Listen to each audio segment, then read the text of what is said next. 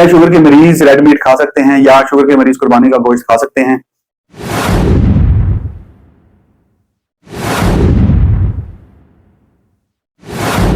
अस्सलाम वालेकुम, मैं हूं डॉक्टर हसन मुर्तजा और आप देख रहे हैं डॉक्टर हसन मुर्तजा ऑफिशियल। आज हम बात करेंगे कि क्या शुगर के मरीज कुर्बानी का गोश्त खा सकते हैं, क्या शुगर के मरीज कुर्बानी का गोश्त यानी कि रेड मीट खा सकते हैं, बकरे का गोश्त या दुम्बे का गोश्त, चतरे का गोश्त या गाय और भैंस का गोश्त खा सकते हैं।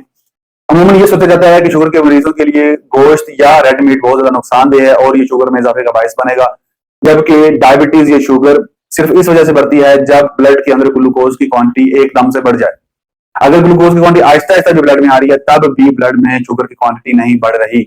हमें इस चीज को बात करना है कि ब्लड में शुगर क्यों बढ़ रही है।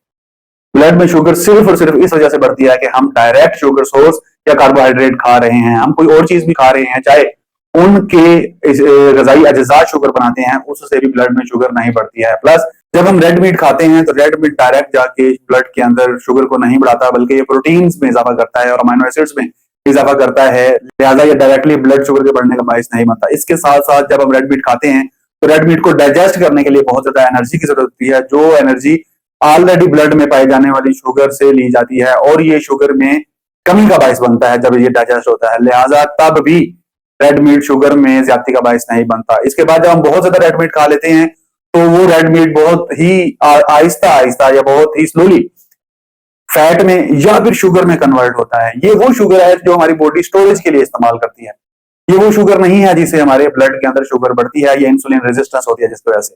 लिहाजा रेड मीट किसी तरह से भी शुगर के मरीजों के लिए नुकसानदेह नहीं है, ना ये डायबिटीज के मरीजों के लिए ब्लड में इजाफे का बायस बनता है। आप बड़ी बेधड़क और आसानी से और लजीज तरीके से ये रेड मीट खा सकते हैं और इसे इस्तेफादा कर सकते हैं। उम्मीद है ये वीडियो आपके लिए मुफीद रही होगी। लाइक करें, सब्सक्राइब करें। बहुत शुक्रिया।